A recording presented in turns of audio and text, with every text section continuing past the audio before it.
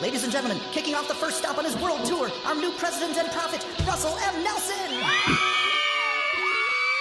You say you want some revelation, well, here you go. It's gonna blow your freaking mind. Hey, brothers and sisters, welcome to the weekly Mormon News Roundup, where Dives and Al ruminate on the great and spacious beehive. So this is for July 10th, 2022, episode number 15. I'm going to give you a quick summary here. Join us as we review the brief but short and storied history of the Mormon News Roundup. So, we've been at this for a few months, and we're going to do a quick review of where we've come from and a little bit more of where we're going, because we've got some interesting new ways to interact with the hosts, and we're going to react to Hulu's Mormon No More, episode number 3. We're going to take a look at a stunning $4.6 billion court judgment that went in favor of some Mormon fundamentalists in Mexico against the drug cartel. And we're also going to investigate the website that turns all dead Mormons gay. Dives, are you ready for this? I am excited. I am thrilled to be here. Now, I say this every single week, Al, but I'm not kidding. This is going to be a great week. I do want to start off a new segment that we have for this week, and it's going to be the Mormon Joke of the Week, okay? So This is a new segment that we're going to alternate between the hosts, okay? Are you ready for this? Here we are. All right. Why did the Mormon cross the road? I'm going to venture a guess to get to church. To get to the other bride. Oh, I like that. I might be able to insert some laughter into that. I'm not sure. I'm going to work on that. Okay, so let's do some follow-ups, Al, from the previous weeks. Now, this week I got a message from a listener, Al, that tweeted a screenshot of Mormon Stories. You know the Mormon Stories podcast, probably the most famous podcast out there, John Dehlin. Yeah, John Dehlin. Mm-hmm. Yeah, so a couple days ago, the Mormon Stories podcast on Facebook posted a Facebook posting that said, big news, California is requiring Mormon Church to conduct background checks on any leaders that have any contact with children. And this is big news 2 days ago, right, Al? This is big news, but it sounds oddly familiar. Yeah, we covered that. I think in episode 8. This is 5-week-old news, Al.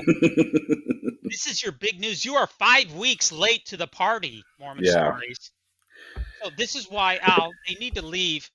Let Mormon Stories do the big, in-depth, 7-hour, face-melting, brain-numbing interviews, and leave the Mormon news to the professionals. Right, Al? Yeah, I mean, when it comes to podcasting, I think we have a really good.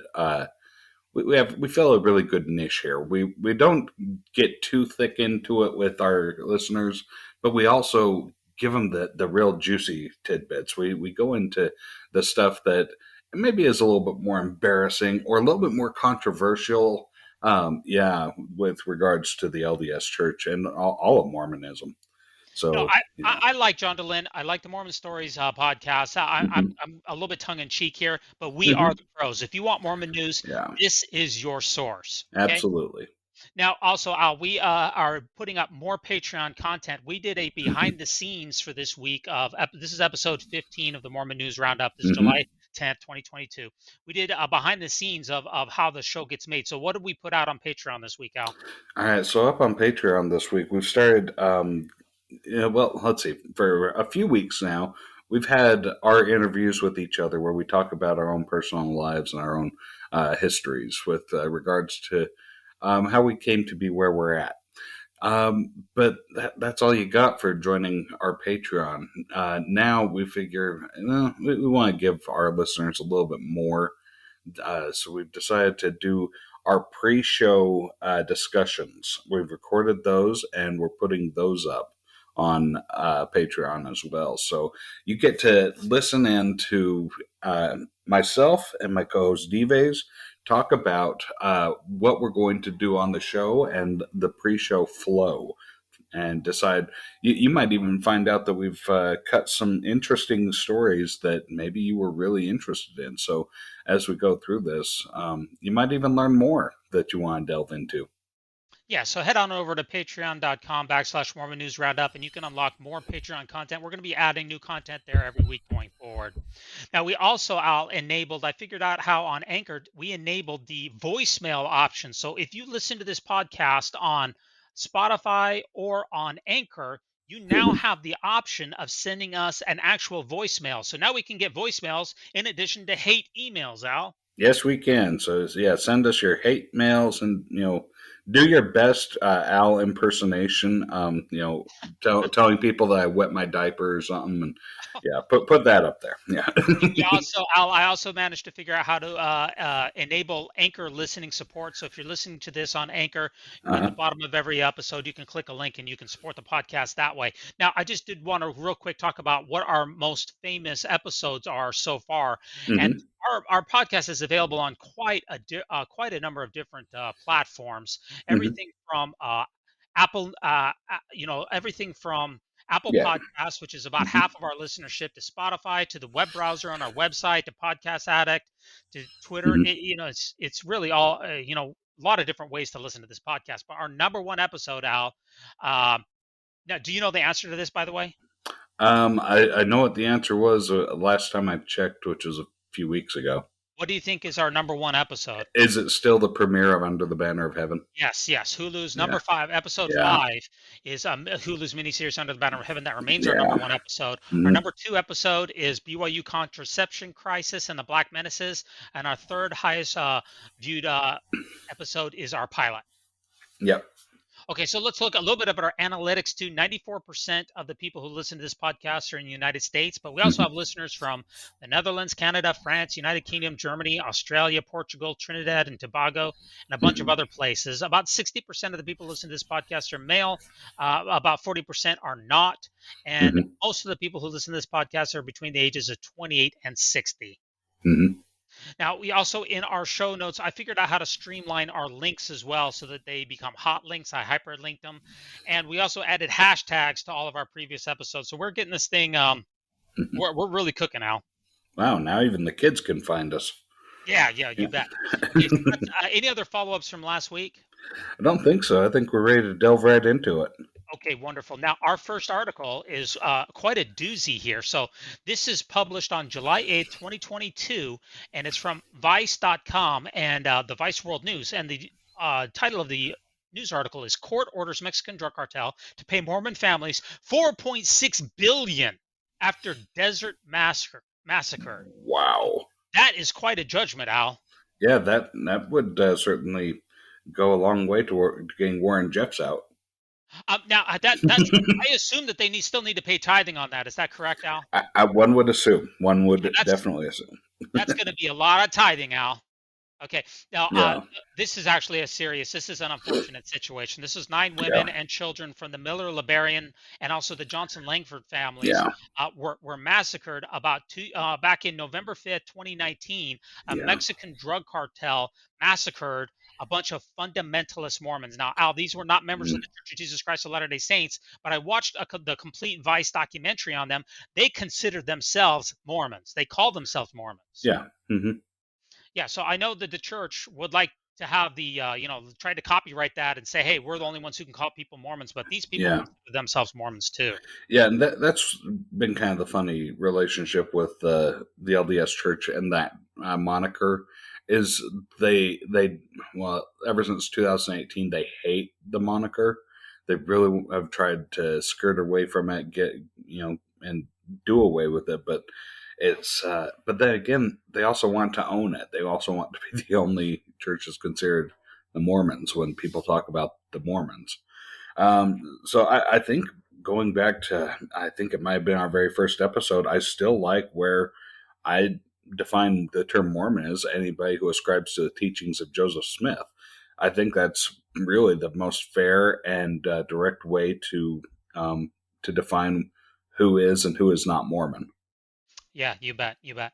Now, in this particular tragic situation, the 9 people died, and they filed suit in 2019. They filed suit. They chose the municipality of North Dakota to file their federal lawsuit in, and they were given $1.5 billion as a judgment against the Juarez cartel.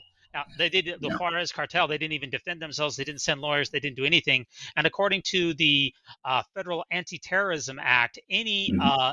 any financial reimbursements are automatically tripled. So this is going to be a 4.6 billion with a B Mm-hmm. judgment against this cartel. So if Mexico or if the United States in the future were to seize assets from this cartel, they could potentially be seeing a huge payout to these Mormon families. Yeah, if they could figure out a way to enforce that, then they would have a huge payday. Yeah, so there's been a lot of so the Mormon colonies were started way back in like the what was that, Mm-hmm. the 1870s, I think, 1870s, 1880s. Yeah, that's right. They Mm-hmm. sent the President Taylor at the time, the president of the Church of Jesus Mm-hmm. Christ of Latter-day Saints, when he was getting a lot more pressure about so Utah was a territory at the time, and they were getting a Mm-hmm. lot of pressure saying, if you continue to practice polygamy, then we're going to seize your assets. Any asset that's worth more than $40,000 is going to be seized. You're never going to achieve statehood. John Mm-hmm. Taylor, for half of his presidency, he was on the run. I mean, it was a lot of bad things happening to the church during that time. So they sent Mormon fundamentalists to Mm-hmm. continue polygamy because Joseph Smith thought that polygamy was necessary for the celestial kingdom. That's right.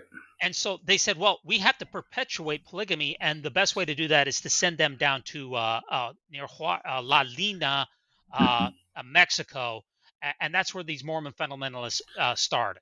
Yeah, exactly. This was also about the same time that they started sending people up to like Edmonton, Alberta. Yeah. Yeah, the church was trying to branch out and establish some stakes to the tent, as it were, and I believe that's exactly how they defined it. So, yeah, they sent people down to Mexico, and they also sent people up to Canada, and that's where these strong Mormon strong Mormon holdouts and Mormon centers. That's what I would say. Yeah, Strongholds. that's where they came from. Yeah, Mm-hmm. in fact, Mitt Romney's father was born near Mm-hmm. this compound, which is near La Mora, Sonora, Mexico. I Mm-hmm. mean, Mitt Romney's father, the presidential candidate, and your senator, right, Al? Yeah, that's right. I knew he had ties to it. I couldn't remember exactly how far back it went. Yes, his father was born there. So Mm-hmm. maybe I'm sorry, maybe it was his grandfather. Either way, Yeah. he has ties to this. Now, after the church renounced polygamy, sort of unofficially in 1890, and then pretty much officially Mm-hmm. after about say 1910, they Mm-hmm. mostly recalled those Mormon fundamentalists since they said, "Hey, we're giving the practice up," and they mostly recalled them. So the people who were left behind in those areas, including this one, they a lot of them wanted to continue with polygamy, even though the church said, you're going to have to give it up. So Yeah. they kind of started offshoots and they kind of splintered. Yeah. Around the early 1900s, you started to see a lot of that divide go in. Yeah, and at this particular location, this area, the leader who started this was Ervil Morrill LeBaron. He Okay. was the leader of the polygamous Mormon fundamentalist sect there, and he committed quite a few murders. In fact, this is who is known as the Mormon Mason or Manson, like Charles Manson. Oh. Yeah, so he committed a lot of murders on his own. He committed 15 murders, and his followers committed another 15 murders. He was Mm-hmm. apprehended in Utah, and he died in the state penitentiary there in Draper in 1981. But the Oh, people who are wow. part of this judgment, they were part of his sect, which was known as the Church of the Firstborn of the Fullness of Times. And they were That's just really interesting. violent because they believed, Al, in blood atonement. Of course. So, I mean, taught by Brigham Young, it Yeah. says that if someone else sins, then you can shed their blood, and you're perfectly allowed to do that. They believed that very strongly. They believed in Yeah. polygamy, committed a ton of murders. They were very violent, and that's one reason that Mm-hmm. their descendants, Al, these are gun-toting folks, and believe me, they did not Yeah. get in. They did not get along with the cartel at Uh huh. all. You No, I'm know, sure. Yeah. that there's a lot of bad blood between them and all of the Mexican cartels down there because they are gun toting. Yeah. They're not afraid of anybody. Well, that explains a lot about this massacre because, Yes. well, I mean, from what I was reading over it was really tragic. You had like wives and children in these cars the cars were on fire. some of the kids burned to death. Yeah, But like terrible. they shot anybody that was able to crawl out of the burning wreckage, and I mean like you read about it and you're like, oh my gosh! I mean, the cartels just went after these innocent people. Sure, innocent as far as wives and children are considered innocent, but their husbands, no, these were gun-toting rowdies that were going after the cartel. Who believed So in blood atonement and defending their own property. yeah. They don't have allegiance to the Mexican government. They really are just kind of like Mm. almost like sovereign citizens. Yeah, exactly. I mean, consider the way that the FLDS Church in Short Creek handles things. I mean, that's something that's Yep. fairly fresh on people's minds. This is very much the way that this group would behave towards the Mexican cartels and government. Is that they're independent. Yeah, I mean, think all the way back to Joseph Smith. He did not have a good relationship with the law. Mm-mm. And then when the pioneers moved out to Utah, they did not have a good relationship with the government. Brigham Young No, hated the government. that's John right. Taylor hated the government. The church has always. I know that the Article of Faith says that we believe in honoring. It's Article of Faith 11 says we believe in honoring and sustaining the law. But the Yeah. church history hasn't exactly been doing that on a high degree. No, they don't really define whose law it is that they're obeying. Yeah, yeah. So even after Ervil LeBaron, even after he was apprehended, his wives and his children continued to perpetrate murders even after he was in prison. Up to 25 additional blood atonement murders were committed. So again, this is the family here, the ancestry of this family. They weren't afraid to mix it up with anybody, and if you mess with them, you were in a lot of trouble. They clashed frequently with this cartel, and the cartel finally just said, "We're going to try to make an example out of them." Now we have a $4.6 billion judgment against this cartel, and these are potentially becoming the wealthiest Mormons on the planet, Al. Yeah, like I said, if they can find a way to get the cartel to pay up, because I mean, really, when it comes down to a judgment like this, of course, the cartel didn't show up to court. Anybody that represented the cartel would have been immediately imprisoned. But yeah, I mean, it's really more symbolic the way that this is going to go down than actual, financial exchange. I think. It's possible that that the Mexican government or the U.S. government could find bank accounts that are associated with this cartel and seize those at some point. Yeah. These cartels are worth a lot of money. So I wonder what is going to happen, whether anybody's actually going to be able to collect any of this money. Who knows? Well, we'll keep an eye out. We'll see what happens, and if they end up getting some money, we'll let you know. You'll hear about it here. Absolutely. What about our next article, Hal, is let me just give the summary of forget Under the Banner of Heaven. There's another show that actually gets the Mormon Church. This is episode 3 of the Mhm. Mormon No More episode. Now, Yeah. this was published on July 2nd, 2022 by Haley Swenson. And this was Hulu's Mormon No More shows why people become Latter-day Saints, then leave. So let me just summarize the episode real quick. Then I Yeah. want to get your thoughts here. So there's 3 parts of this episode. First, there's the Sally's. Sally's family has an extended family reunion. Then, with Mhm. their moms in tow, Sally and Lena try on distinctly non-Mormon outfits for their upcoming wedding. And then the third part was a gay Mormon confronts his former therapist who tried to change his sexuality. What do you think of this episode, Al? I'll start off with what I think of it because the article she says that this was the best of all the shows that are out there pertaining to Mormonism. I agree. I disagree with her, but anyway, I'll tell you what I think. Once again, I'm not all that enthralled with Lena and Sally's story, but I am really interested in the side stories. This young man who actually sent himself. Okay, this is the really interesting. He sends himself to gay conversion therapy because he understands that the LDS Church doesn't teach that homosexuality is natural, that it's a choice, or rather even that it's a trial, it's a test, something that can be overcome. So he enlists the help of a conversion therapist that takes them on 48-hour weekend retreats with other men who are struggling with same-sex attraction. And they all want to overcome this. So they go out into the woods and get weird, if I can say it that way. They want to have male touching without male sexuality. And so that's what they're trying to do, is satisfy the that masculine craving just to have some, I guess that's one theory for why homosexuality is a thing, but I fundamentally disagree with that too.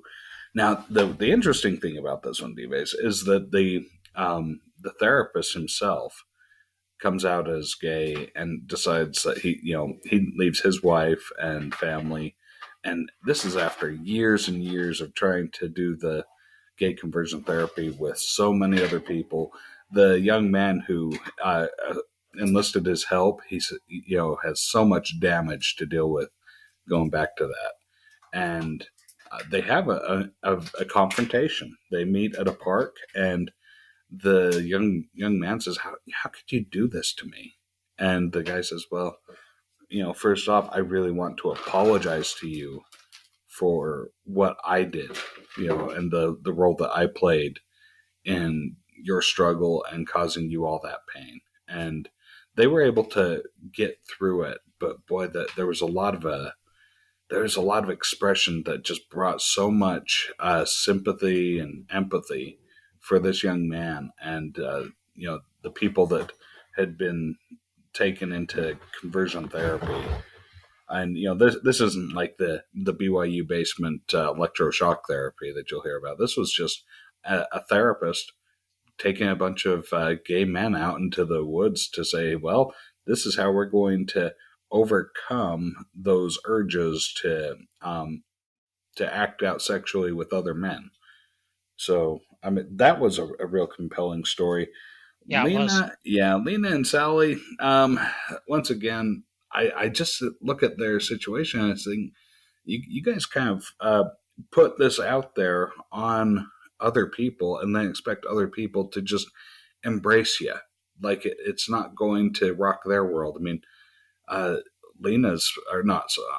Sally's parents, they're LDS. Her dad was a convert, and he expresses himself and said, this is where I joined the church from. Is I wanted people that were happy. I wanted a happy family. I wanted to, have a comfortable life with a good and happy family. And this is the only place that I saw that had it. And Sally's, just like, well, but you're tearing our family apart by this. And, let's see, we talked a little bit, Dives, in our pre-show that people can hear on Patreon about this, where when it comes to the support of the LGBTQ community, she definitely wants his support. And I think that when it comes to being part of the church, it's very difficult to say I support you while still paying tithing money that's very openly being used to campaign against rights for LGBTQ people. Yeah, so that was what was brought up in the family reunion, is that there was some tensions that were rising. But after the family reunion, Lena's parents, they start wearing a rainbow pin to church. Yes, they do. And I think that's just great. I mean, but I need the listeners out there, and I need you to help me understand. By the way, drop us a like, drop us a subscription if you're listening to this, and give us a comment. I need to understand, how can Lena's mom consider herself an LGBTQ ally, because that's what she says. I'm an ally for you, so I'm wearing this pin so that church will know that they can come up to me and confide in me and trust in me. And I think that is a great sentiment. But I just have a question about that, Al, and that's if you pay tithing to the Church of Jesus Christ of Latter-day Saints, or don't, whether it's tithing, a donation, or whatever, some of that money is going towards anti-LGBTQ lobbying and legislation efforts. And also, you're presumably sustaining church leaders who have said some really negative and hurtful things to the gay communities in times past, in the very recent past, by the way. So exactly. I just need to know, how can she say to someone who's gay or transgender at church, how can she say, hey, don't worry, you're safe with me, but I'm paying money to a corporation that is actively trying to deny you of your legal rights on the local and national level, and I sustain the leaders of the church who have said many harmful things to people in your community in the past? I mean, how does that work? Now it sounds very akin to somebody that's part of the Nazi party saying, hey, come to my house, Jews, and I will hide you. Well, I don't know take it that far. That's a little far, but yeah, it's Well, yeah. now, I don't know the whole situation. Is it possible that her mom does not pay tithing? Or that's the question. Or maybe her mom, when it comes time to sustain the leaders, Hmm. and there's some that have had anti-gay rhetoric, she doesn't Hmm. raise her hand to sustain those leaders. Now Yeah. that's possible. Now, if you are that person, you wear the pin, you don't pay tithing because you know that some of that will go towards anti-LGBTQ efforts, and you don't sustain any leaders that have said negative things, then yes, you can be an ally. But I'm going to go out here on a limb, Al, and say that, you know what? I'll bet you $1 for a donut that Lena's mom pays tithing and sustains her leaders. Yeah, because any member that is an ally in that respect is going to be hauled into the bishop's office for a little chat pretty quickly. If you all of a sudden you stop paying tithing, and all of a sudden, when they sustain the church leaders and sacrament meeting, and your hand goes up and opposed, then yeah, you can have a little chit chat with the bishop. He's going to want to know what's going on. And, then I guess we'll see where the church stands with regards to, well, I'm going to support the LGBTQ community by not financing the church and by not sustaining the leaders. I am puzzled. I need our listeners to drop us. We're on Facebook. We're on Twitter. Come follow, find this show on Facebook or Twitter, or send us an email to collab@mormonnewsroundup.org. How can you Yeah. be a tithe-paying, sustaining member of the church and say that you're an LGBTQ ally? What am I missing here? What do I not understand? Because I don't understand how that works at all. There's a lot of what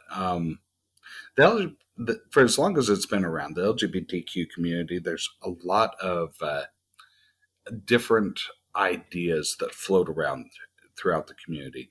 Some people have been so hurt and so damaged by cishet people that they don't want anything to do with cishet people. They actually want a segregated world.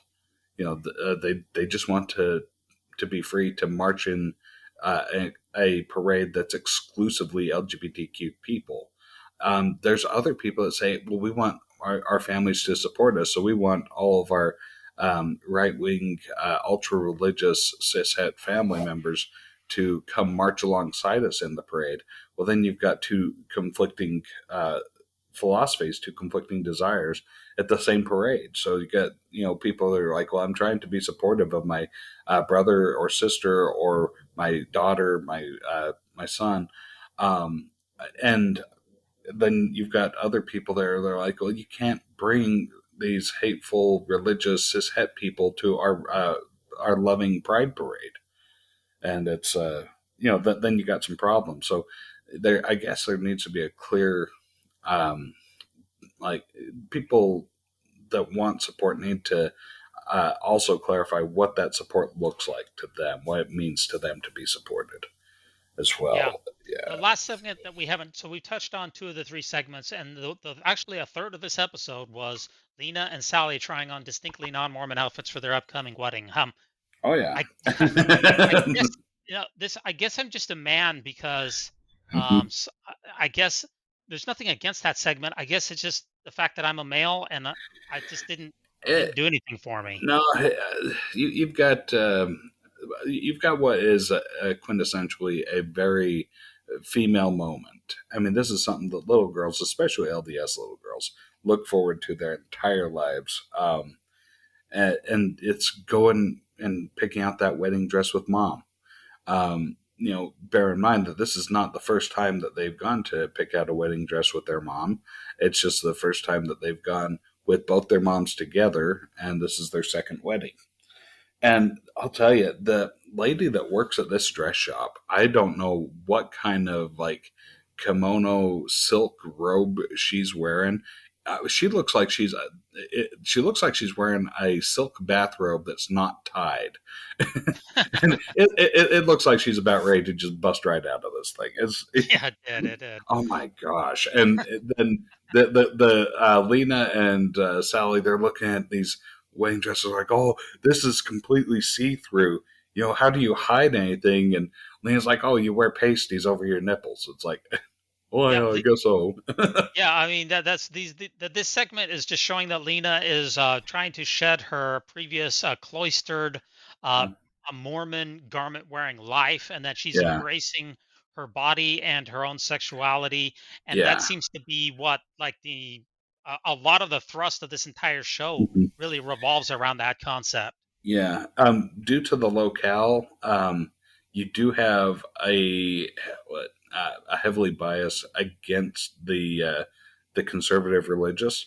So when it comes to her mom's choice to wear garments, her mom has to go on the defensive a little bit, where they say, well, the garments are so constricting and they're so uncomfortable and they're so terrible, and like they're just ripping the things that are terrible about wearing garments in their minds.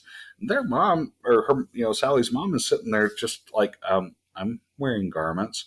And this other lady's like, the dress shop lady's like, I don't know why anybody would wear garments. And her mom's like, well, this is a reminder to us to maintain our modesty, and this is a reminder of our covenants that we've made, and these are sacred things. And she, brings that out. And I thought, you guys are being pretty insensitive to other people's beliefs for people that want to be accepted and respected in turn.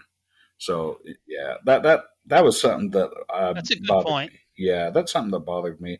Now the article, says that this is the greatest of all of them. I still stand by the fact that "Keep Sweet, Pray, and Obey" has been the best one that I've seen so far. Well, Um, we only have one more episode of this show left, so we will definitely be next week. We will review the final episode of Mormon No More. And I just want to say one last thing, and that's it doesn't show that Lena and Sally have a job. I mean, it never shows that yeah, they work. yeah. The only work we see them doing is basically what you and I are doing right now, Dvays. They're talking into a microphone. They're podcasters. Yeah. Is this their whole job? Well, I don't know.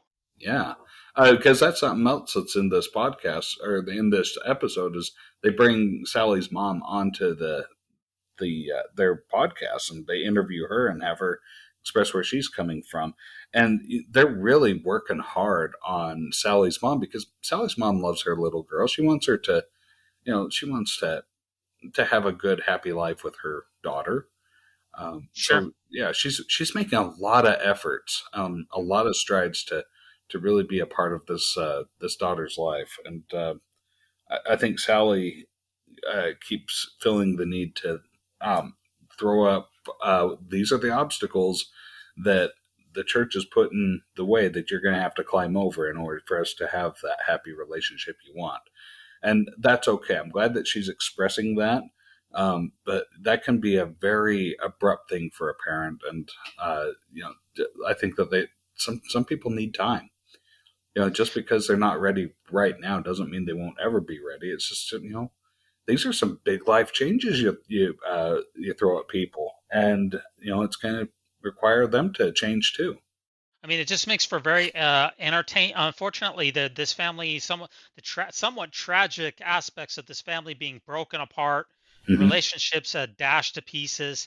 Unfortunately, that does make for pretty good television. Unfortunately, Yeah, it does. They're definitely the drama. So much drama. and also the religious, and then when you add into that the religious conflict Hmm. between the parents and the children. Yeah, I mean, there's just a lot of simmering. It's just all right yeah. under, and it's just ready to bubble up at any moment. Let's see. I think that in this episode they said that she's the only daughter, and I think she has three brothers. She and two of her brothers have left the church. Her parents and her one brother and his wife are still active LDS. So that they do bring that up a little bit. And Um, yeah, it's all too common, unfortunately, these days. Is yeah. that as we covered in the Elder Bednar's National Press Club briefing, the church is not in the United States has not achieved a replacement rate, meaning that the Hmm. population inertia of the church, for every Yeah, 5 people that leave the church, only 4 people are joining the church. yeah. So, I mean, So this is a very common family. They didn't go out there and find, some super exceptional mhm, family. Up yeah, to 20% of Latter-day Saints identify themselves as LGBTQ, and a lot of families, especially these days, people unfortunately are they're whole families are not staying in the church. This is very typical. It is, and the teaching is still put out there by the church that mothers, is your responsibility to raise up your children in the ways of righteousness. It's your responsibility to keep your kids faithful, and if your kids go astray, a lot of that's going to hang over your head, and that's something that's a difficult thing, especially for mothers to have to carry. And that's what is it? David O. McKay's quote that says, "No success in life can compensate for failure in the home." That's right. Mm-hmm. I believe that was David O. McKay, president of the church back in the Yes. 60s. Yes, it was. And her mom really took that to heart. She says, I'm a failure. I failed, and my number one thing that I need to do in life was to make sure that my kids stayed in the church, and I failed. Therefore, I'm a failure as a mother and as a human being. That is just tragic. Mm-hmm. Yeah, and that's a heavy load for anybody to carry, especially somebody that's trying to be supportive of their kids, someone that's trying to let their kids who are going through difficult changes in their own lives. I mean, shoot, Sally's just been through a divorce, a divorce with a husband that, he wasn't ready for this. It kind of got sprung on him. So, that divorce has been difficult. And, she's still maintained being a pretty decent mom to her kids. So, she's got that going for her, but she's also going through a lot of changes with her brothers and her parents, and she's figuring herself out while everybody else is trying to figure herself out too. So, I wonder, Al. Mm-hmm. It doesn't look like things are going to be wrapped up very easily on this fourth episode. Unlike Keep Sweet, Pray, and Obey, which was definitely going to be a 4-episode miniseries, and Mm-hmm. Under the Banner of Heaven, it wrapped up pretty well at 7.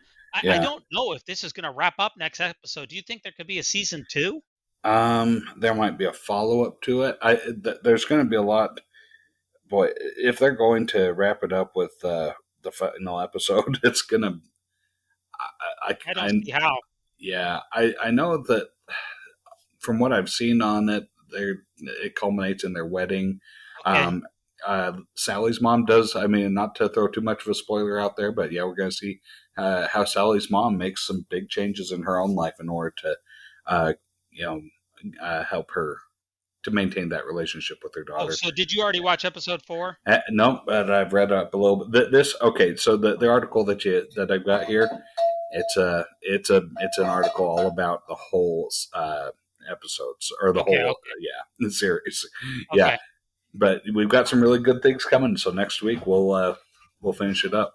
I'll be looking forward to watching episode 4 here. That takes us to our next article, and this was an apostle's prayer for the Praia Temple and the miracle of the rain. And this was from the church's official news source, thechurchnews.com, published on 30 June 2022 by Scott Taylor. So back in the Praia Temples had a dedicatory prayer. So Praia is from Cape Verde. That's those islands that are in the Atlantic Ocean that are right off the coast of Africa.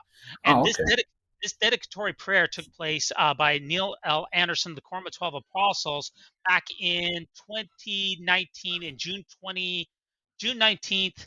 I'm sorry. 2019 or no.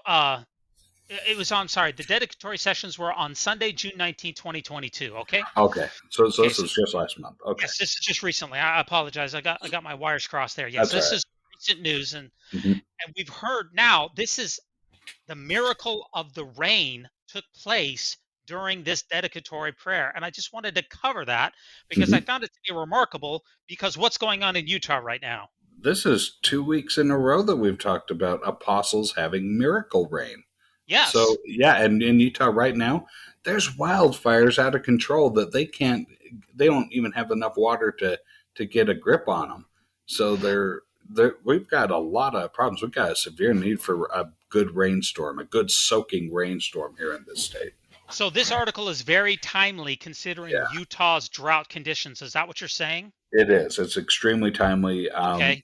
Elder Anderson needs to join up with Elder Ballard, get over to the temple, and get us some rain. Now, we covered that in last week's episode that Elder Ballard also has the Mhm. ability to control the rain. Yep. And this week, we also have Neil L. Anderson. So this is during his dedicatory prayer, which was just 2 weeks ago. This is Hmm. from his prayer. He said, quote, "We thank thee, Father, for the many blessings that have come to Cabo Verde since Elder Dallin H. Oaks first blessed this land nearly 30 years ago. We bless this land as President Oaks did previously, that the land may bring forth abundantly for its people, that the clouds may produce rain, that the oceans may yield fruit, and we bless the people of this land that they may have vision, energy, and freedom," end quote. And this is from the article. When the Andersons walked out after the temple's final dedicatory session, Hmm. rain was falling and continued through the following morning. It was an Miracle. immediate, according to Sister Anderson, it was an immediate response to the apostles' prayer. Amazing. Well, I'm sold.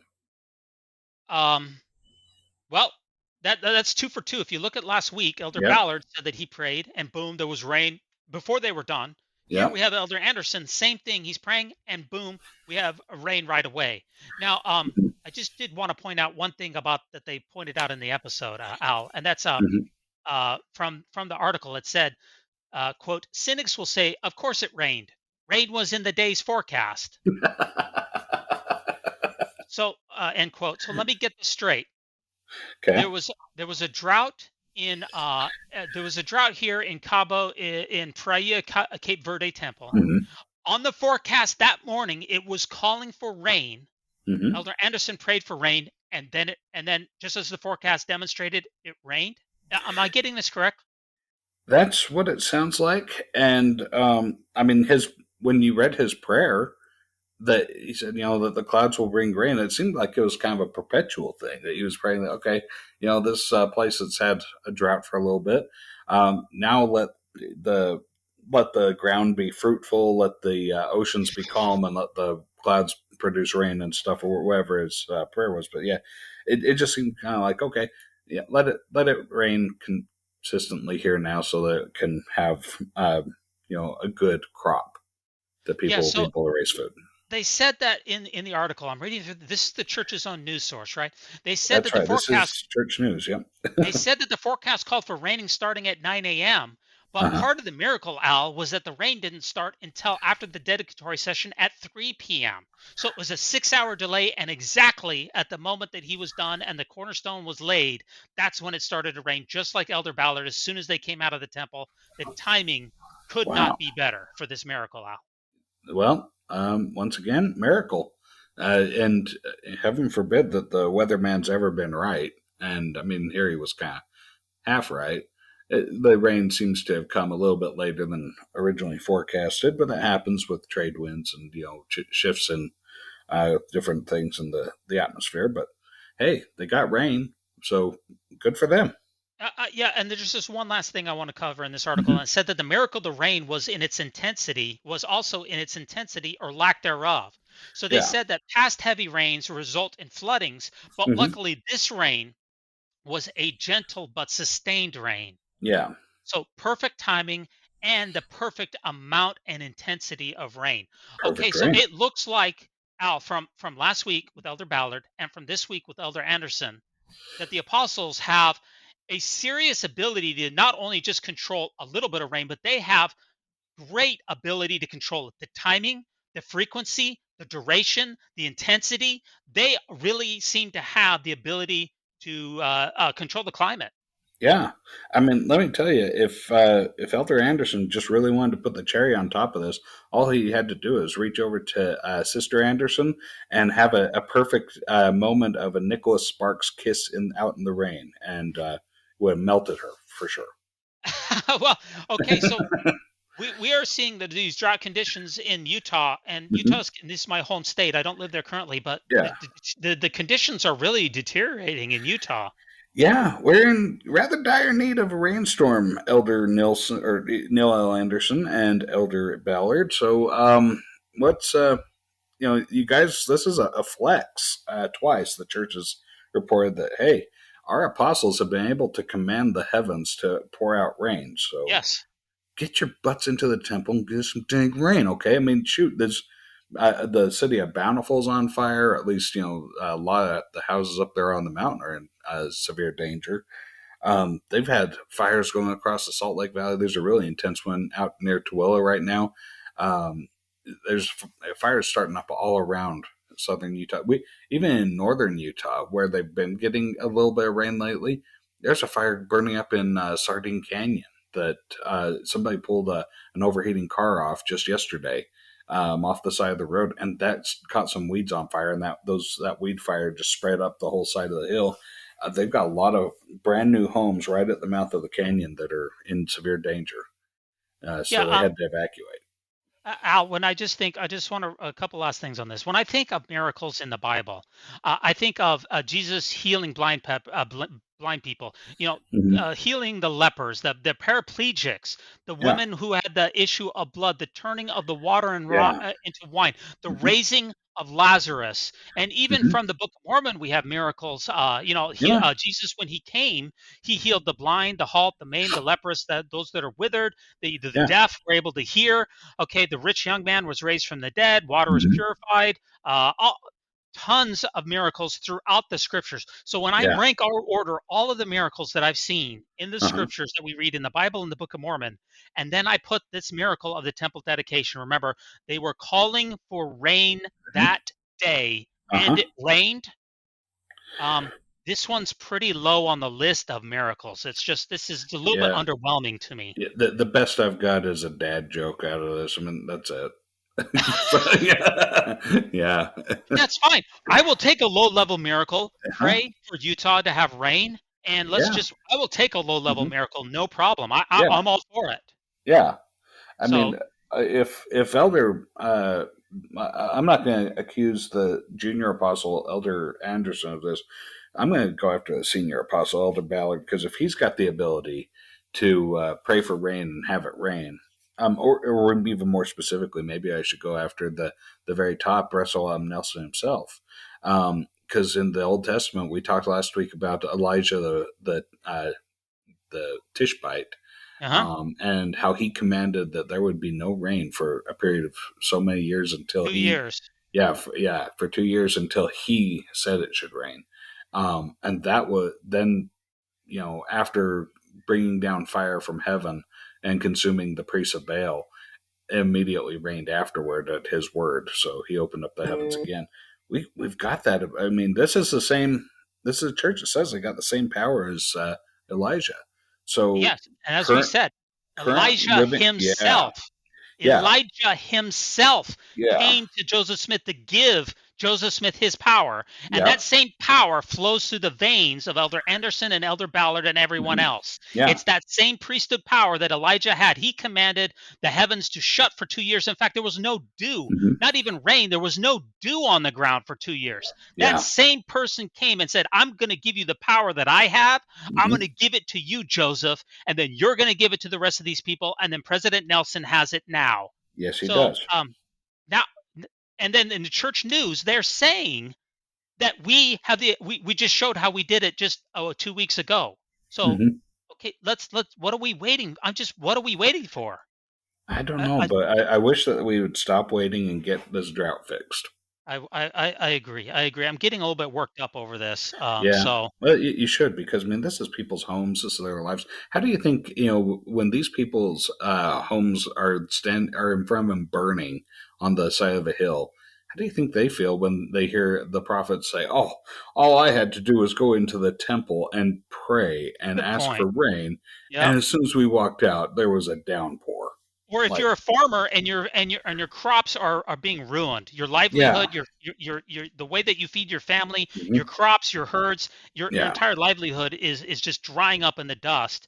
Yeah. Like you said, you hear apostles and put out on the church newsroom saying, "Hey, we've done this before," and then do it. If this is in your hands, then it's really on you to do it, elders. So do it. Hey everybody, it's D-Vase here. Thanks so much for listening to the Mormon News Roundup. If you haven't heard about Anchor by Spotify, it's the easiest way to make a podcast with everything you need all in one place. Allow me to explain. Anchor has the tools that allow you to record and edit your podcast right from your phone or computer. When hosting on Anchor, you can distribute your podcast on listening platforms like Spotify, Apple Podcasts, and more. It's everything that you need to make a podcast all in one place. And best of all, Anchor is totally free. So download the Anchor app or go to anchor.fm to get started. Okay, we got to move along here. All right. Blood pressure is going to rise on this. Rarely see me get worked up on this podcast, but this has got me a little bit worked up. Well, that's because it's a pretty dire situation. It's a very dry state, and we got to get this fixed. So one way or another, the LDS Church can do something about the drought. I call upon them to do something about the drought. Amen. Whether it's piping water into the state or whether it's calling upon the windows of heaven to open up, you claim to have that power, do it. And I know that you've got the money, so do it. Okay. Amen. All right. We're going to move on to Reddit. And I'm going to head this one up, being the apostate that I am. I think anybody that's listened to our Patreon interviews are available. We'll find out that, I have officially left the church. But I don't feel like there's as much animosity between me and the church as there was when I first decided to leave. So I'm trying to extend the hand of friendship here and fellowship, and to join with my fellow still believing LDS friends. Let's have a conversation about the news, and let's find out what apostates on Reddit have the most people. Because there was a post recently by the Redditor. The Father Mucker was his name. It's kind of a fun little name there. He says, I was just comparing the size of the various apostate subs here on Reddit, and here's what I found. And he's got a list of a few of them. Some of the various ones that have left Mormonism, that have left Islam, that have left Judaism and Christianity. So he compares and contrasts the different ones. So where do we stand on this, Steve? Where do you think ex-Mormon subreddit does compared to, say, our ex-Muslim? Well, I can see the answer, so maybe it's not as easy. It's kind of an easy question for me. It is an easy question. Yep. But it looks like out of all of the ex-Mormon, ex-Muslim, ex-Christian, ex-Jew, ex-Jehovah's Witness, all of the ex-religions, ex-Mormon is the largest by far. In fact, the next one I think is RX Muslim. RX Mormon has 244,000 members. Okay, RX Muslim 116,000. That means there's twice as many members in the ex-LDS or rather ex-Mormon subreddit than there is in the ex-Muslim subreddit. Ex-Christian 107,000. So I mean, it's a far stretch to get to the next people in line. So why DVs? Do we have such a vast disparity here where we have so many people in ex-Mormon compared to so many the number of apostates in the other?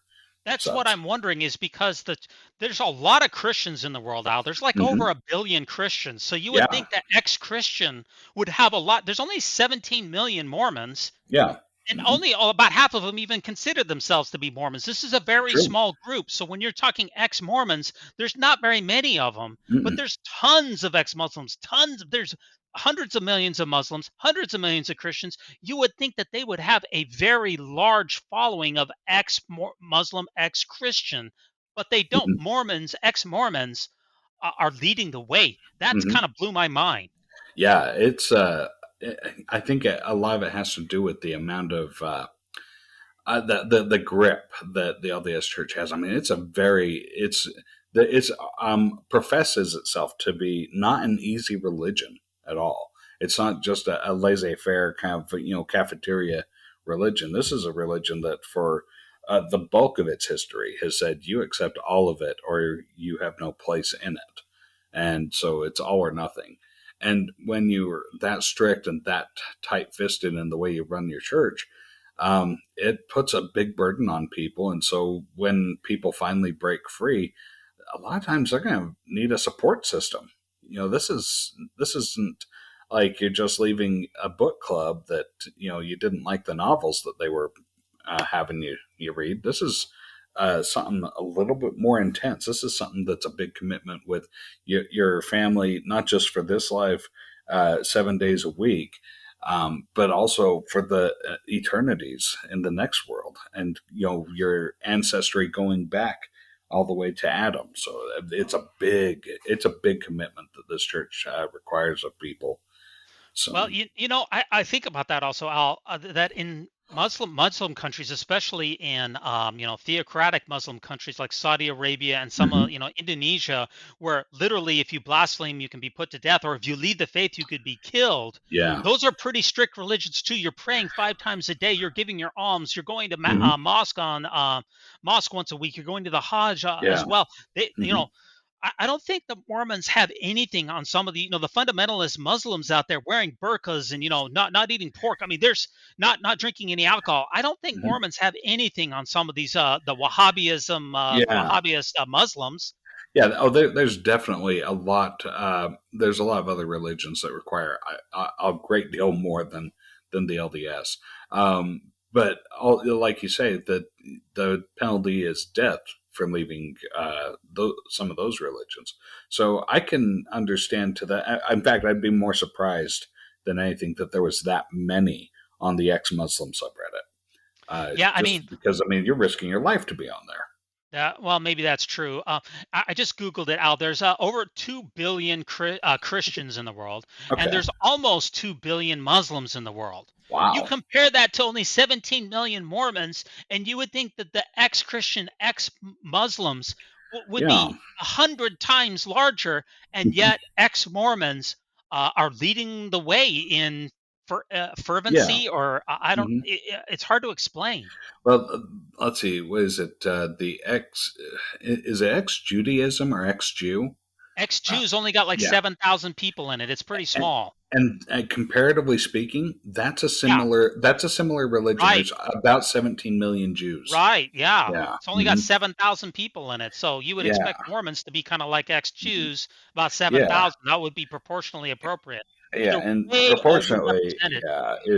yeah, is completely blown up. So that's something. And I'll tell you on a parting note, these if you want to go to that the link in the show notes, you're definitely going to see some interesting commentary in the comment section. I had a great time last night reading through that. Well, send us to our listeners out there. Let us know what you think the reason is for the supremacy of Mhm. ex-Mormons on Reddit and on the internet in general. Why is it that they are so overrepresented by population? Send us an email to Mhm. kolob at MormonNewsRoundup.org. That's Mhm. KOLOB. And just one last thing related to Reddit and Mhm. Mormonism. That's Al. If you compare the growth of the two faithful, quote unquote, faithful Mhm. Reddit subreddits. That's R Yeah. LDS and Mhm. R Mormon. If you compare their growth rate to R X Mormon, X Mhm. Mormon is growing much faster than LDS and Mormon is. Because ex Mormon doesn't put an instant ban on anybody that's not directly promoting the church. I mean the faithful subs, the RLDS and the or not the RLDS, LDS and the Mormon subs, Uh-huh. they'll ban you if you look at them weird, and they'll ban you for life over it. I mean, it's like, yeah, doors closed. There's no coming back. I stand at the door and knock. Uh huh. But if you open that door, you're going to be kicked out on your high knee. So, For life. Yeah, Yeah. exactly. Okay, now we have one more article to go through here, and Uh huh. I don't know if this is technically a news article, Al, but this is in our show notes, and I just came across it. I don't know how long this has been around, but I found this to be rather remarkable. And it's hmm alldeadmormonsarenowgay.com. That's hmm www.alldeadmormonsarenowgay.com. When you go to that website, Al, what do you see? Oh, now this is fun. Okay. Okay. You have in an arched font going across the top, a rainbow colored headline that says, "All dead Mormons are now gay." What? I'm going to read, it's only a couple paragraphs, so I'm going to just read it to you because it's great. Sadly, many Mormons throughout history have died without having known the joys of homosexuality. Oh, no. With your help, these poor souls can be saved. There's hope, Oh, Pat. oh, There's hope, wow. Dives. Okay. I'm listening. Simply enter the name of your favorite dead Mormon in the form below and click convert. Presto. They're gay for eternity. There is no undo. Oh, Don't no. yeah. Don't know any dead Mormons yourself? Well, click choose a Mormon button and we'll find one for you. You're welcome. Now, there's an asterisk here that says for that some people are excluded from this, Al. And what is the Yeah. asterisk? Holocaust victims are not eligible for conversion. So Now, what? yeah. Why is that, Al? Oh, because the LDS Church got in some real deep trouble because they kept taking the names of Holocaust victims from, like memorials for World War II, and yeah, they were doing baptism for the dead. So what this is this is an answer from somebody out there to the LDS insisting that, okay, well, we're going to convert all of your dead ancestors, whether you like it or not. And even if you don't like it, they don't have to accept it in the next life.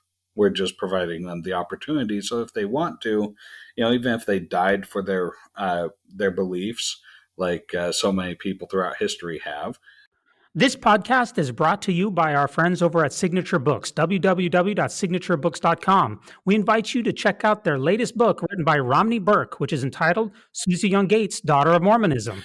Brigham Young had over 50 wives and 56 children, but none has better name recognition than daughter Susie Young Gates. She lived from 1856 and died in 1933.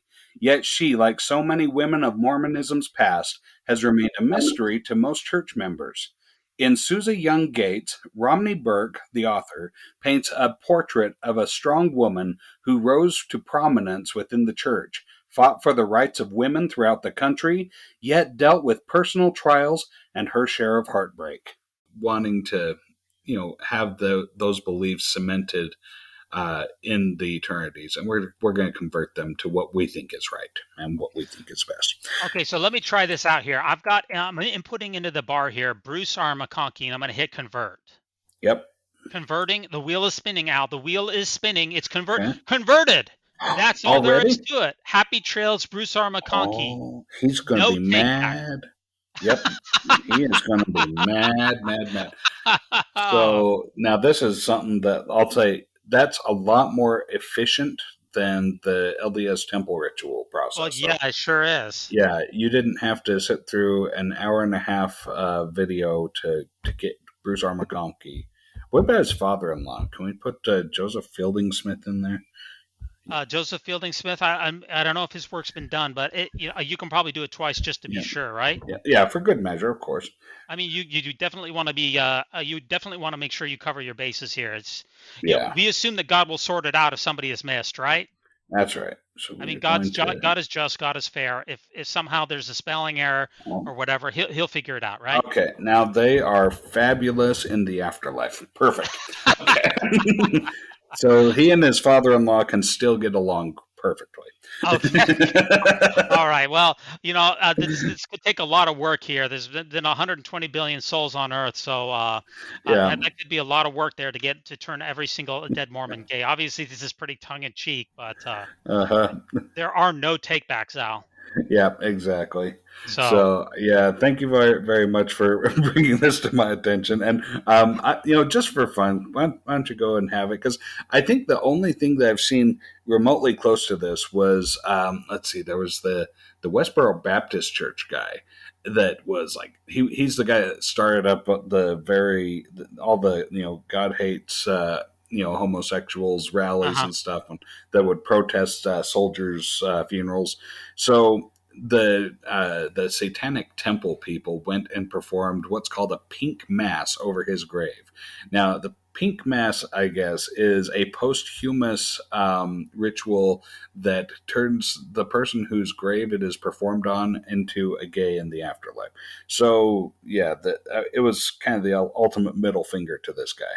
And, I applaud that. I thought that was a great response. So this one, for the church following in the footsteps of the Westboro Baptists and being so anti-LGBTQ, let's let's throw that out there too and give a good response. So there is Okay. hope. I thought this was just a pretty funny website. I don't know if this is necessarily news, but I just It, thought it was pretty funny. it was at least noteworthy. Anybody that wants to go check it out. Once again, it's alldeadmormonsarenowgay.com, and that's in the show notes. You can get Very nice, very nice. Now, our last segment, Al, is I was going through and revising, like I said earlier, some of our podcast episodes, putting the hashtags on, cleaning everything up. It looks a lot better. Everything's good now. It's taken me a while to figure out how to do this podcasting stuff.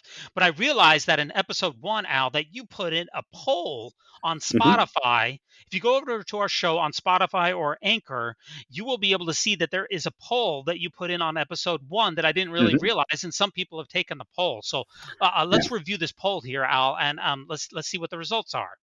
So episode 1, are you with me? Episode 1, the poll that you put out that I never did see, but now I've seen it. It says, what is your relationship to the LDS Church? Answer 1 is child of record, multi-generational LDS family. Answer 2, converted to the church after age 8. Answer 3, never been a Mormon but curious about the church. Answer 4 is former member. And then I put in some funnier ones. Answer 5, head of the Strengthening Church Members Committee. Number 6 is a secret Danite, or number 7 is one of the 3 Nephites. I like these. So we do have the results, and it looks like the head of the Strengthening Church Members Committee appears to be on top for episode 1. So we're glad that he's a part of this podcast. Yes, thank you very much for joining us, whoever you are. Now we're going to review the polls. Now I put in polls for the rest of them. You did the episode 1, but I put in polls for the rest of them too. So episode 2, Al, can one be a feminist and a good Latter-day Saint at the same time? Now I want you to answer this truly according to what I put in the polls, and you tell me what your answer is according to what's in the polls. Let's see. I'll go ahead through these answers. Okay. Of course, feminism is next to godlinessism. 2, depends on whether you know who Kate Kelly is. 3, not a chance. I do whatever Elder Boyd K. Packer tells me. 4, feminism is a major victory for Satan. And let's see, 5, the church was strongly against the ERA in 1978, and absolutely nothing has changed. And last of all, I testify with every fiber of my being that women's rights are human rights, unless you ... Oh, unless you're LDS. Unless you're LDS. Okay. Sorry, you have to. If you're, unless you're, I testify with every fiber of my being that women's rights are human rights, unless you're LDS. Unless you're LDS, that's right. I put Elder Boyd K. Packer in there because he said that feminism was one of the great dangers of the church. I'm going to go with number 2 here, actually. Depends on whether you know who Kate Kelly is. And you know who Kate Kelly is? I do. Okay. Part of the September 6th, it was excommunicated for wanting to bring women's equality to the church, right? Exactly. Yep. Okay. So you went with number 2. Go ahead and you can vote. Go ahead and vote in there. Yep. It's in there. Great. Number 3. Should the Church of Jesus Christ of Latter-day Saints pay property taxes on its liturgical real estate? We covered that in episode 3. Go ahead and read these answers, Al. Okay. Yes. Render unto Caesar that which is Caesar's. That's logical. Yeah, that's fair. No, Jesus never paid property taxes. His only true church shouldn't either. That's very logical, Al. That's right. Probably, but we need to check with Curtin McConkie first. That's the church's law firm, right? That is the church's law firm. Don't know. What does liturgical mean? That's kind of complicated. Yeah, that's more on my level. You can buy anything in this world with money, like $150+ billion real estate. Real estate portfolio. Your screen must be cut. Yeah, you can buy this world with money, like $150 billion real estate portfolio. So should the church pay? Which one do you want to select there, Al? I'm going to go yes. Render unto Caesar that which is Caesar's. Okay. Yeah, I'm in favor of taxing churches and allowing those churches to submit for tax purposes their charitable donations. So yeah, yeah. Okay, very well. Curtin McConkie, that's the church's law firm. That's why I put them in first, But Al, Jesus, he never paid property taxes, right? No, I mean, come on. No, and Curtin McConkie is not a charitable organization, so it doesn't count if you pay money to them. Okay. Number 4. Episode 4. This was back with the passing of Elder Orrin Hatch, Washington, D.C. LDS temple opening, Mormons and LGBTQ legislation, and Mormon husband comes out as transgender. So now, we talked about the differences in this episode. What explains the differences between the church's statements marking the passing of Elder Senator Hatch and Senator Reed? So is it number 1? I really like that little slip there, Elder Senator Hatch. Well, I'll tell you, that's a very fitting title for him, in my opinion, because I think that a lot of the LDS people, at least around the state of Utah, really feel that way. He may as well have been a 15th apostle or something. Okay, so number 1, Republicans are more righteous, obviously. Okay. Senator Hatch was the best senator, as evidenced by over $3 million he received from... And that's let me read these because he's cutting you off on there. You have to have the whole thing. Senator Hatch was the better senator, as evidenced by over $3 million he received from the pharmaceuticals industry. And I got that from Wikipedia. Or is it because Senator Reed called President Obama, quote, a light-skinned African-American with no Negro dialect? Or number 4, it's a complicated subject. I haven't read the complete Gospel Topics essay on this yet. Let me get back to you. Or is it the final answer, the CES letter, Sandra Tanner, and anti-Mormon lies? What explains the difference between Senator Hatch and Senator Reed? I'm inclined to think that you'll probably find a very accurate answer from the CES letter, Sandra Tanner, and anti-Mormon lies. I like that. I'm going to vote with that one, although there might be a better answer up there. I'm not sure. Maybe the Republicans are more righteous, obviously. That one could be the reason. Well, I just love the answer, CS letter, Sandra Tanner, and anti-Mormon lies, because anything that doesn't reflect well in the church, that's your answer. Boom. Yeah, exactly. That's, obviously, that explains all the differences that you need. Any problem, you just chalk it up to that. Yeah. Episode 5. How do you feel about BYU student Jillian Orr's commencement protest? Al, was it number 1, go Jillian? Or number 2, pass. To everything there is a season and a time to every purpose under heaven. Or number 3, Jillian who? Number 4, BYU is racist. Oh, I meant bigoted, whatever. Or the next answer, Jillian Orr and Matt Easton should be translated straight to the city of Kolob, city of Enoch on Kolob. Or is it number 6, where's the Strengthening Church Members Committee when you need them? Or number 7, she's an answer to my prayers. I prayed the gay to go away, and she's gone now. This one, I wanted to say Jillian who, but I'd get verbally berated by my co-host because, for heaven's sakes, I mean, come on, Al, you were the one that talked about this. You just vote for your conscience, Al. Vote your conscience. I can't vote for my conscience. I'm going to say that. I think I'm going to go with pass. I think, and the reason why is because I think that I expressed this in the episode, that it wasn't her platform. Like there's a difference between her and the young man that was the valedictorian of his class. Matt Easton. Yeah, Matt Easton. He's also on this episode, or the show that we're reviewing right now, that Mormon No More. And I'm very sympathetic to Matt Easton with the way he handled it. But with Jillian Orr, she was just a student. I don't think that we want to turn your bachelor's degree walk across the stage into a place where you can voice your political or religious opinions to the world. Very well. Okay. Just graduate. Come on. Go ahead and vote then. I just wonder if I were to take this poll, I'd say, where's the Strengthening Church Members Committee when you need them? Or why aren't they there on that? I do love that answer. Where are they when you need them? Yeah. If they're not going to be a commencement monitoring, what good are they? That's all I can say here. Okay. Episode 6. So go ahead and unlog your vote. Now, number 6.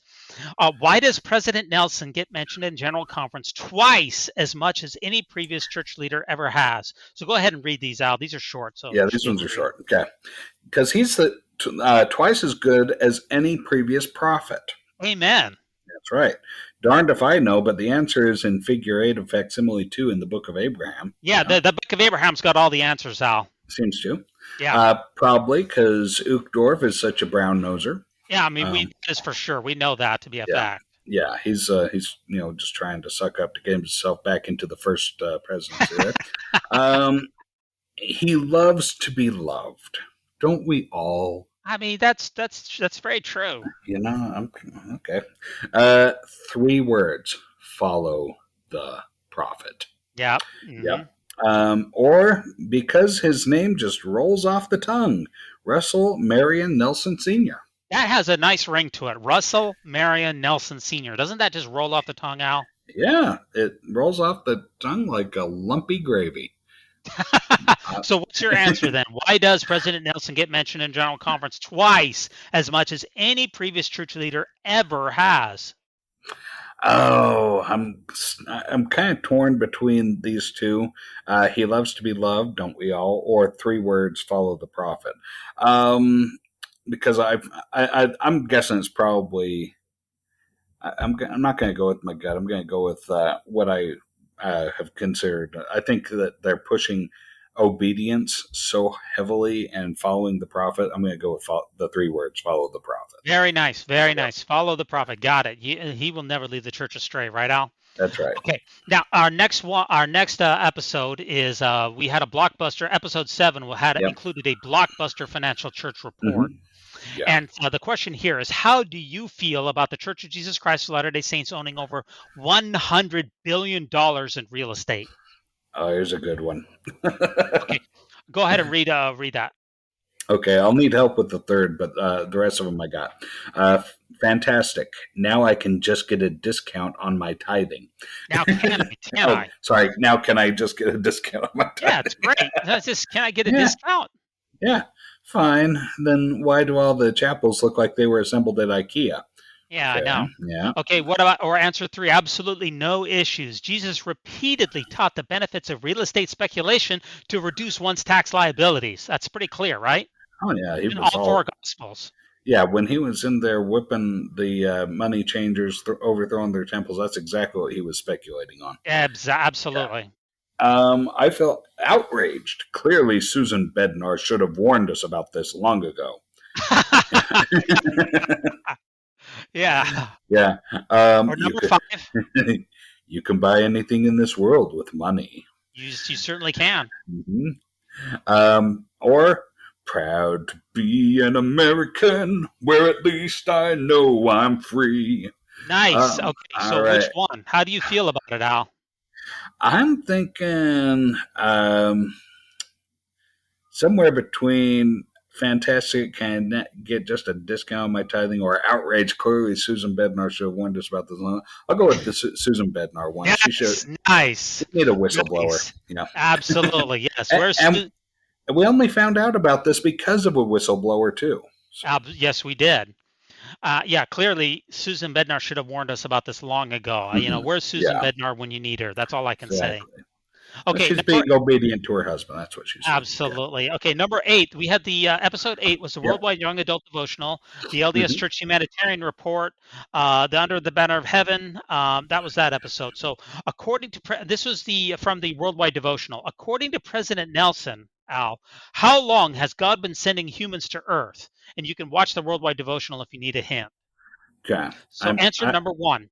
I might have over 6,000 years, exactly as President Russell M. Nelson, through the Holy Spirit, prophesied. Amen. All right. Or is it number 2? About 250,000 years, according to the overwhelming consensus of the scientific community. Okay. Or number 3, your God didn't send anyone anywhere. Ever heard of evolution by natural selection? Shaking my head. Or is it number 4? Who cares? Just read the Book of Mormon and do Moroni's promise. Or number 5, I take no position on taking a position. Or finally, number 6, dogs have always been dogs. Monkeys have always been monkeys. It's just the way genetics works. I'm thinking that the last one is a direct quote from that talk, isn't it? That's a direct quote from, he didn't include that in the Worldwide Devotional, but that is from one of his rare regular media interviews that he did with Pew Research back in, I want to say 2000, I think it was 2007. Okay, I thought, that is a quote from him. Yes, that is a quote from President Nelson. You know what? With regards to this, I'm going to say, who cares? Just read the Book of Mormon and do more on His promise. I mean, that solves everything, right, Al? Yeah, exactly. That one's the answer to everything. Yeah, you don't need to worry about anything. You just read the Book of Mormon, do more on Ice Promise, and I've been listening to these Warren Jeff's lectures. He says the same thing. Yeah. So that's all you need. Boom. Yeah. So and in my defense, so far, 100% of all the people have answered agree with me. That's right. Okay, good answer, Al. Very good answer. Yeah. Okay. Total answers 1. Yep. Very nice. Now, episode 9 was LDS and gun violence. Elder David Bednar at the National Press Club, Under the Banner of Heaven, episode 6, and Julie Stauffer returns to MTV. So, can you read that question that goes along with this episode, Al? I sure can. What shocking admission did Elder David Bednar make at the NPC luncheon regarding tithing? He made a shocking admission, Al. Yes, he did. Now, can you read those, or are they too long? The first 2 and the fourth one are too long, but I can get the rest. Let me read this first one. Okay, so what shocking admission did he make? We covered this in the episode. Number 1, was it Elder Bednar said, pay a full tithing before you buy food for your starving children. Unless you order from Chick-fil-A, am I right? Could be. Okay. Chick-fil-A is pretty good stuff. I mean, right? Yeah. I mean, that's a Christian restaurant. It is. It's pretty good, isn't it? I mean, a spicy chicken sandwich. Yeah, and I can see the church supporting Chick-fil-A because they're trying to appear more mainstream Christian. Absolutely. And if your children are starving, you should pay tithing unless you're ordering from Chick-fil-A. Am I right? Number 2, pay your tithing and fast offerings directly to Alan Deves from the Mormon News Roundup on Patreon. Oh, that would be nice. Yeah, just 1 week. 1 week is all we ask. Number 3, tithing is a serious commandment. I mean, somebody's got to pay the City Creek Mall utilities bill. Yes, they do. Yeah, I mean that's a big bill, Al. Yeah. Or did he say number 4? No one has ever gotten poor by paying 10% of their annual income to a mega corporation worth over $250 billion. Okay. Or number 5. Yeah. Oh, what was that? I don't recall him saying that, but okay. Well, one of these answers is correct. The rest of them aren't. Number 5, the church doesn't need their money, tithing. Or number 6, you can buy anything in this world with money. Oh, man, if only it had been that last one. I do remember this episode. It was the church doesn't need their money. Very good, Al. That's good. Number 5. Yep, publicly. Number 5. Okay, good memory. Nice work. Yep. Mm-hmm. Now, episode 10. We got about 4 more left to go now. Episode 10 was Under the Banner of Heaven finale, the Mom Talk Mormon swinger scandal, the parable of the hardened bread, the mandatory background checks for LDS leaders, and Deves tours the LDS, the DC temple. So here's the poll. Can you read all that? Yeah, and I will. Let's see. The second and third I'm going to need help with, but I got the rest of them, okay? So, and I'm going to love this because this was my article. With regards to Sister Corden's parable of the hardened bread, what's the best way to keep your heart soft? That is tender mercies, Al. Tender mercies. This was the worst parable I've ever heard. It was great. Tender mercies, Al. Tender mercies. Yeah. Was it by keeping sweet, praying, and obeying? That seems to work, Al. There's no doubt about that. Or was it number 2? By reading your scriptures and listening to the Mormon News Roundup daily and twice on the Sabbath. Okay. Or is it number 3? By instantly retweeting every single one of President Russell M. Nelson's tweets on Twitter. Uh-huh. Or was it the next one? The next one was hardened bread is a major victory for Satan. Oh, man, I think it is. It certainly sounds that way. Or maybe number 5, use twist ties. It's pretty simple. Yeah, I mean, just use twisty ties. It's pretty simple. Yeah. Or, let's see. Hey, lady, I like hardened bread, okay? I mean, there's nothing wrong with a good hard piece of bread. Some people like it crunchy. Yeah, I mean, hey, lady, I like hardened bread. Exactly. I mean, so... let's see. Sister Corden, bless her sweet little heart. Yeah. Yeah, the best way to keep your heart soft is to use twist ties. It was pretty simple. Okay, number 6. Because and that was what really frustrated me about this whole thing. The parable. There was no parable. That she didn't use any kind of didn't give you any life hack for how to keep your heart soft or anything. It was just. Okay, you're going with the twist. A big nothing sandwich is what it Yeah, was. if you don't know exactly what we're talking about, go back to episode 10 and go check Yeah. out our polls. Take these polls yourself. You can only take these polls on Anchor or Spotify, by the way. Yeah. Okay, episode 11, Keep Sweet, Pray, and Obey. Coffee is good for you. Dallas Jenkins on Mormons. Utah Church Attendance Creators. And we had guest host Steve Peinecker on the podcast. Now, here is the episode poll there. Can you read us the poll there? I sure can. It's our Book of Mormon-themed Nephite/Lamanite Twinkies racist? Okay, so answer number the Hill one. Camoras. Yeah, this was... okay. The Nephite Camorra, number one, your first choice, Al, is absolutely. But the church disavows that Twinkies advanced in the past are inferior in any way to any other pastry.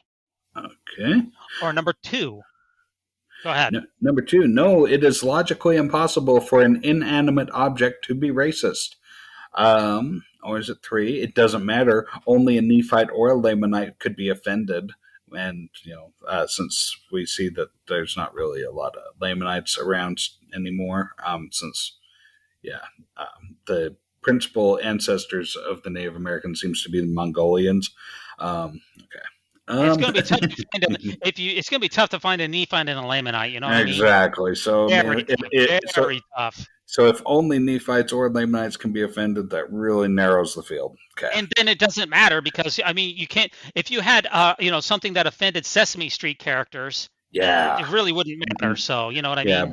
Bert and Ernie, can they really be offended? I mean, that's the whole thing. Exactly. They're puppets. They don't exist below the waist. Yeah, okay. Exactly. I remember that. All I care about is whether the creamy filling is white and delightsome. Nice. Right? Doesn't That's matter answer 4. The Lord does not look on the outward appearance. He just, looks on the creamy white filling. Okay. Yes, he looks on the heart. Yeah. Not sure. I need to read official declaration 2 before I vote. Okay. Yeah, that covers it, Al. You probably haven't read that in a while. No, but I'll tell you that some of these answers are reminiscent of responses I hear from BYU students on the Black Menaces. I'll tell you that. Or is it the final answer? No way. Twinkies baked before 1978 were fence sitters and not ready to drive the car, but we left that behind years ago. Oh man, I love that one. Are they racist? Oh shoot. God, these are good. Honestly, I'm going to say no. It's logically impossible for an inanimate object to be racist. Nah, you know what? I'm going with the last one. Okay, no way. Twinkies baked before 1978 were fence sitters and not ready to drive the car, but don't worry, we left that behind years ago, right, Al? I love that. Okay, I'll bet you do. I certainly do.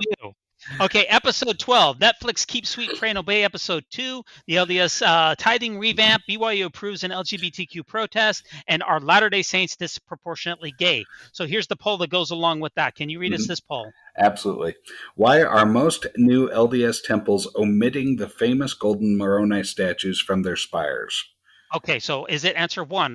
Moroni, he never consented to be an official LDS church representative. Remember, we're in the post-Me Too era. Okay. Consent is the church is really moving in a positive direction now. I mean, consent is very important, especially when it comes to angels. You gotta get consent from angels before putting their likeness on a temple. That's right. Or is it number 2? Gold plating all the huge ancient Moroni statues was putting a serious dent in the Ensign Peak account. I doubt it because the Ensign Peak could probably buy them all in solid gold and still have leftover. Some of these, or is it number 3? I have no idea because the answer is contained in the sealed portion of the Book of Mormon. Yeah, we're gonna have to go to Christopher Nemelka for that one, aren't we? Yeah, I wonder when we're gonna get that sealed portion anyway. Number 5, probably because Moroni was an ugly, godforsaken eyesore who never actually existed in the first place. He thinks that's going to end up being a popular answer.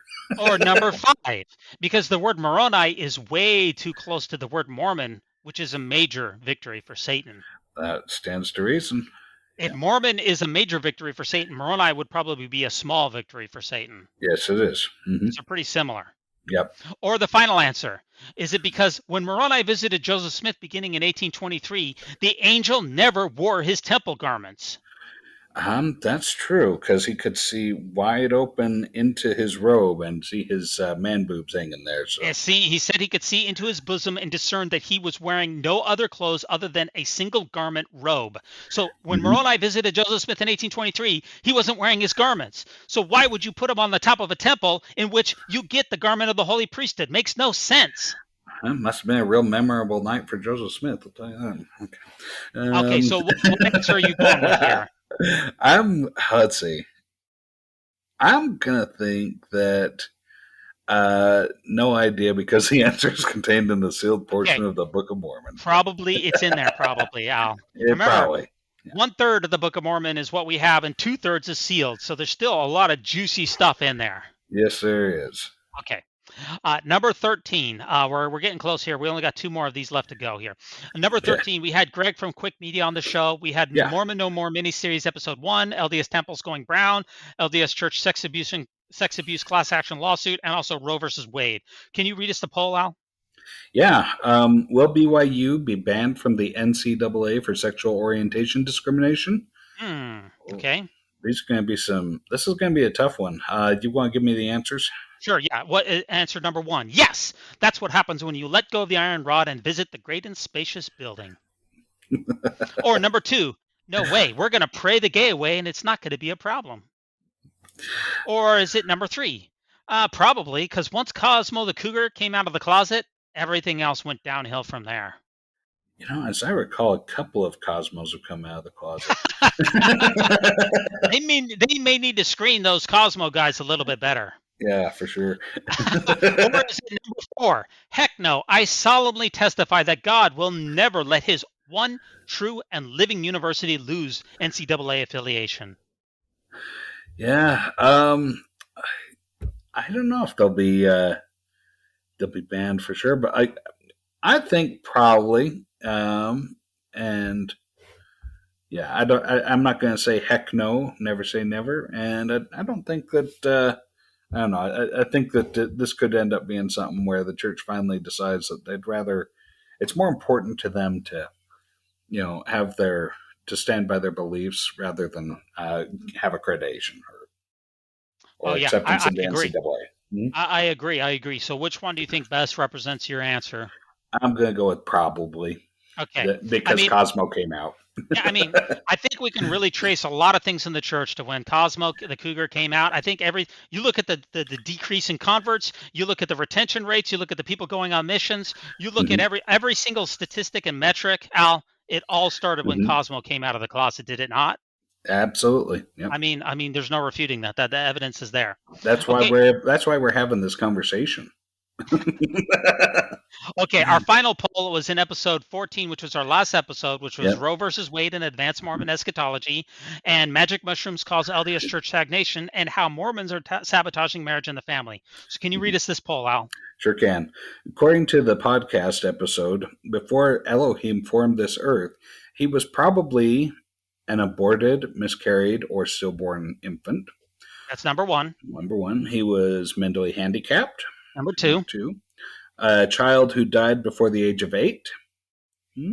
A big-time Trump supporter. Number 4.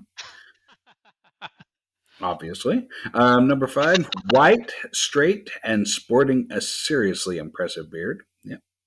Or number 6. Adam, the only God with whom we have to do. According to Brigham Young, this will always be so. Yeah, I like that last answer. That's I do like that last answer. If you ask Brigham Young, we know exactly how he would vote. But according to that episode, I think we pretty well determined that statistically, the God of this earth, or Elohim, is very likely to have been an aborted, miscarried, or stillborn fetus. Okay, very good, Al. Now, we invite our listeners out there. We did a brief history of the podcast of our first 14 episodes. Go take our polls. We didn't get into it, but on Spotify, each of ours also has an open-ended question where you can send us a message that asks that we've asked also about the episode, and you can engage with us there or on any of our other platforms. Drop us a like, drop us a subscription, send this over to your friends. We really appreciate Al. I really appreciate you ruminating with me on the great and spacious beehive. Mhm. And we look forward to our next episode next week, where, by the way, we have confirmed, Al, next week, we have a guest host on who has a popular YouTube account. And his YouTube account is called Mormon Suicide. Wow. Yeah. This is going to be an interesting person to meet. I'm really excited about that. Yes, he has a very popular YouTube channel, and with some of the most interesting and, quite frankly, some of the weirdest things that you can possibly imagine. He's going to be a great addition to the program next week. You're not going to want to miss it. Great. Looking forward to it. All right. Are we ready to go? Let's. We will have our favorite Weird Alma play us out with his hit from Straight Outta Titles with Straight Outta in the title. When it comes to nicknames of the church, such as LDS Church, the Mormon Church, to remove the Lord's name from the Lord's church is a major victory for Satan. Satan. Please allow me to introduce myself. I'm a being with no moral constraints. My number one goal is to hurt the Church of Jesus Christ of Latter-day Saints.